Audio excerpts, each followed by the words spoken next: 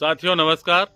साथियों आप देख रहे हैं हमारा YouTube चैनल आयुर्वेदिक विरासत।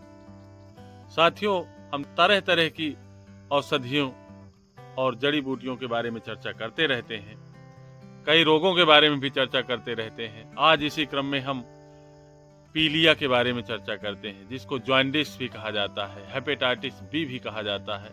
यह 5 प्रकार का होता है। आधुनिक मतानुसार hepatitis A, hepatitis B, hepatitis C, D, E, इस प्रकार ये 5 प्रकार का होता है। परंतु हमारे आयुर्वेदिक उसमें इसको वात, पित्त, कफ, सन्निपातज और मृदा, ये 5 प्रकार से इसको उत्पत्ति के लिए कहा गया है। और हमारे महर्षियों ने तो इसका विस्तृत वर्णन किया है। एक एक कारण और एक एक लक्षण को स्पष्ट रूप से उन्होंने दर्शाया है। किंतु अगर हम पूर्ण विस्तार में जाएंगे तो ये वीडियो काफी लंबा हो जाएगा। इसलिए हम अपनी बातें संक्षेप में रखते हुए लक्षण और ठीक करने के प्राकृतिक उपाय की चर्चा करते हुए अपनी वाणी को विराम देंगे। महर्षियों ने इसे एक दोहे के रूप में भी रखा है, जो आपके सामने मैं प्रदर्शित करता हूं। पांडुरोगः स्मृता पंचम वात पित्त कफ श्रेयः चतुर्थ सन्निपातेन पंचमो भक्षणात्म मृदा। ये 5 इसके वात, पित्त, कफ, सन्निपात और मृदा,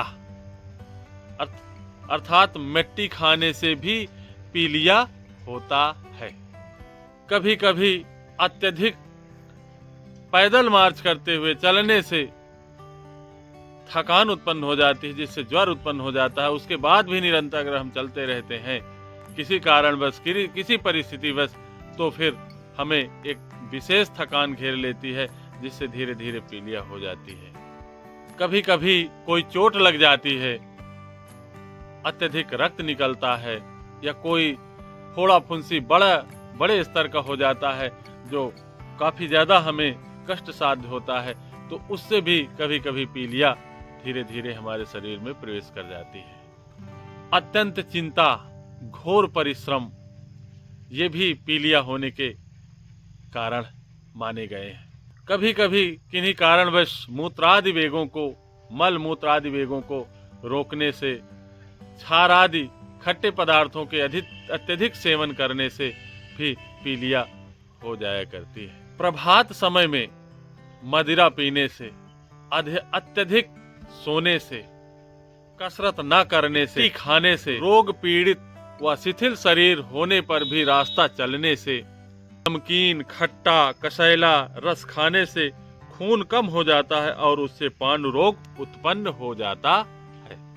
पांडु रोग उत्पन्न होने से पहले शरीर और मन में अत्यंत खिन्नता वह दुख का समावेश आता है। मन व्यथित होने लगता है, धड़कन बढ़ जाती है, शरीर की क्रांति रूखी हो जाती है और भोजन से रुचि हट जाती है। और इसकी चिकित्सा की उपेक्षा की जाए और तो ये धीरे धीरे करके असाध्य हो जाता है। जितना पुराना होता जाता है उतना असाध्य हो जाता है और हमारे शरीर में शोथ उत्पन्न कर देता है, सूजन आ जाती है। जो दूषित जल है, जो पसीना, मूत्र आदि के द्वारा निकलना चाहिए, वो मांस और चमड़ी के बीच में, रक्त में धीरे धीरे मिश्रण होना शुरू हो जाता है और हमारे पूरे शरीर में सूजन टाइप आ जाती है, शोथ उत्पन्न हो जाता है। पांडु रोग या पीलिया की चिकित्सा में अगर हम अपने बीच प्राकृतिक रूप से चिकित्सा करें, हालांकि है तो इसकी बहुत सारी औषधियां, परंतु जो बहुत ही साध्य है उसमें सबसे प्रमुख है, बहुत ही साध्य और बहुत ही सरल और हमारे बीच में उपलब्ध है, वो मकोइया के अगर हम साग या उसका जूस निकाल करके हम निरंतर प्रयोग करें, और इसके साथ साथ पुनर्नवा का साग भी खा सकते हैं। साग अगर उपलब्ध न हो तो उसकी जड़ को कहते हैं पुनर्नवा, जो फिर से नव यौवन को प्रदान करने वाला, हमारे शरीर में जो फिर से नई ताजगी उत्पन्न करने वाला, उसको पुनर्नवा कहते हैं। पुनर्नवा बहुत ही महत्वपूर्ण है। इसकी चर्चा हम अपने अगले वीडियो में करेंगे। आपके बारे में पुनर्नवा के बहुत सारे गुणों के बारे में, बहुत सारे औषधीय प्रयोगों के बारे में बात करेंगे, परंतु आज हम पीलिया के बारे में बात करते हैं।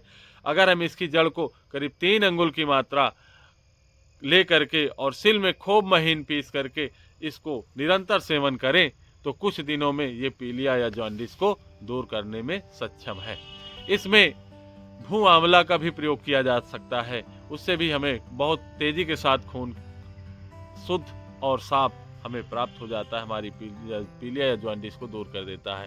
इसमें मूली भी खाना चाहिए, मट्ठे का भी प्रयोग, मतलब तमाम तरह के औषधि और देखरेख करने से ये, परंतु जो इसके मुख्य कारण है, मिट्टी तो खानी ही नहीं चाहिए। मिट्टी खाने वाला रोगी ठीक किसी भी औषधि से ठीक नहीं हो सकता है। इसलिए सबसे पहले मिट्टी खा रहा हो तो उसको रोकना चाहिए। और वात पित्त कफ इन दोषों को शांत करने के लिए छोटी मोटी औषधियाँ व घरेलू प्रयोग करते रहें या गिलोय इत्यादि का भी प्रयोग करते रहें तो ये सभी साध्य हो जाते हैं। साथियों, हमारा यह वीडियो कैसा लगा हमें कमेंट बॉक्स में ज़रूर बताइए। धन्यवाद।